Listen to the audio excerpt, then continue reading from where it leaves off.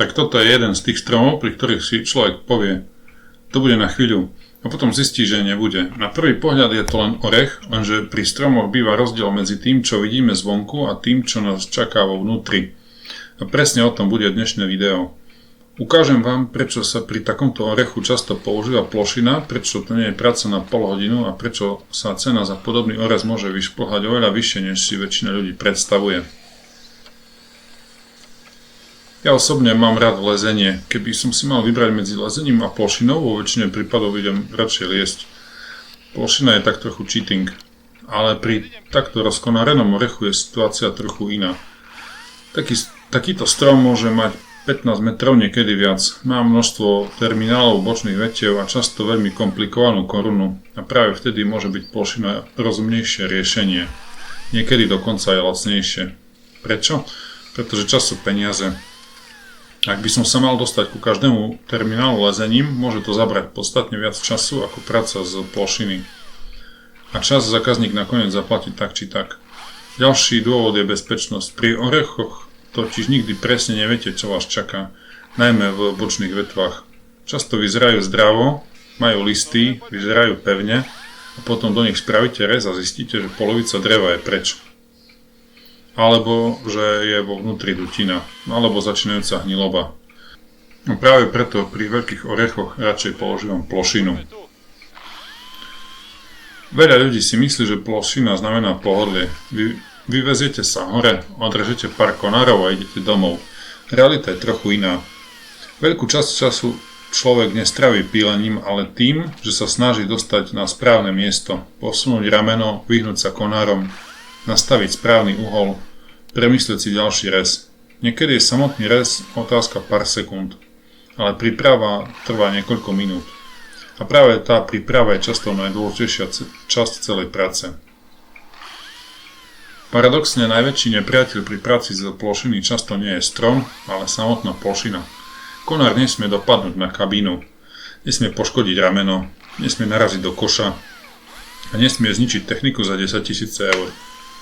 Preto niekedy strávim viac času viazaním lana a plánovaním rezu ako samotným pílením. A úprimne radšej 5 minút navyše ako jeden zlý rez, lebo jeden zlý rez môže znamenať veľmi drahý problém. Pri každom reze zároveň zisťujeme niečo nové, niečo, čo zo zeme nevidíme. Nikdy nevieme, či sa vo vnútri nenachádza hniloba, či nie je poškodené jadro, či strom v minulosti neutrpel nejaké mechanické poškodenie. To všetko vidíme až po otvorení dreva. A práve preto sú veľké stromy vždy trocha lotéria. Niekedy je drevo krásne zdravé, niekedy nájdete dutinu veľkú ako vetro. A niekedy oboje na tom istom strome. Teraz sa dostávame k téme, ktorá dokáže arboristov rozdeliť na dva tábory. Balzamovanie rán. Moderné odporúčania ISA vo väčšine prípadov hovoria, že balzamovanie nie je potrebné a majú na to svoje dôvody. Ja však veľké rezy na orechoch balzamujem. Nie preto, že by som veril na zázračnú chémiu, ale preto, že podľa mojich skúseností to dáva zmysel, predovšetkým pri väčších ranách. Pri stromoch, ktoré sú náchylnejšie na napadnutie hubami a pri rezoch, ktoré budú dlhodobo vystavené poveternostným podmienkam. Samozrejme, samotný balzam nič nezachráni. Ak spravíte zlý rez, balzam problém nevyrieši. Ak zostane odtrhnutá kôra, roztrpkané drevo alebo poškodený okraj rany, nepomôže ani celý kybeľ balzamu. Základom je vždy kvalitný rez a až potom všetko ostatné. Pri orechoch je ešte jedna dôležitá vec. Termín rezu. Orech vie veľmi silno miazgovať. Ak sa trafíte do nevhodného obdobia, strom môže doslova krvácať. Preto sa za najvhodnejšie obdobie zvyčajne považuje júl až august, prípadne december. Dôležité je, aby nebolo príliš vlhko, aby nebolo obdobie intenzívneho výskytu húb a aby strom dokázal ranu čo najlepšie zvládnuť. Poďme teraz k peniazom. To je časť, ktorá býva často nepopulárna. Občas sa stretnem s predstavou, že orez takéhoto stromu by mal stať okolo 150 eur. Úprimne, pri takomto orechu je to úplne nereálne. Máme tu techniku, plošinu, motorové pily lana, ochranné vybavenie, palivo, dopravu, údržbu a predovšetkým čas. Ak ide o veľký strom s komplikovanou korunou, cena môže byť pokojne 1000 eur. Niekedy aj viac, závisí od výšky, od prístupu, od možnosti voľného zhodenia konárov, od toho, či treba speedline, rigging alebo inú techniku. Neplatíte za to, že niekto odreže pár konárov. Platíte za skúsenosti, techniku a za to, že sa práca vykoná bezpečne. A keď už hovoríme o bezpečnosti, aj pri práci s plošiny platia pravidlá, prilba, istenie, ochranné pomôcky.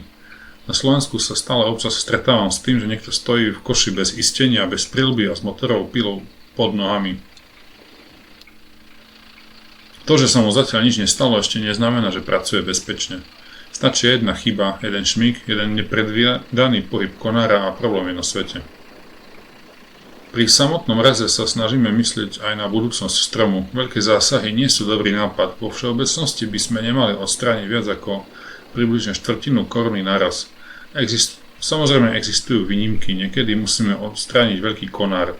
Niekedy vznikne rana s priemerom 40 cm. Ale aj taká rana je stále lepšia ako konár spadnutý na auto. Alebo diera v streche. Treba vždy hľadať rozumný kompromis medzi zdravím stromu a bezpečnosťou okolia. A na záver ešte jedna rada. Najlacnejší orez je ten, ktorý nikdy nebude potrebovať plošinu. Ak sa orech priebežne udržiava vo výške približne 8 až 10 metrov, mnoho práce sa dá vykonať jednoduchšie, lacnejšie a bezpečnejšie. Keď však strom necháme vyrásť na 15 alebo 20 metrov, náklady rastú veľmi rýchlo. Takže ak máte doma mladý orech, myslite na to už dnes. Budúce ja vám za to poďakuje a možno aj vaša peňaženka. Ďakujem za pozornosť. Ak vás podobné videá zaujímajú, môžete dať odber a vidíme sa pri ďalšom strome.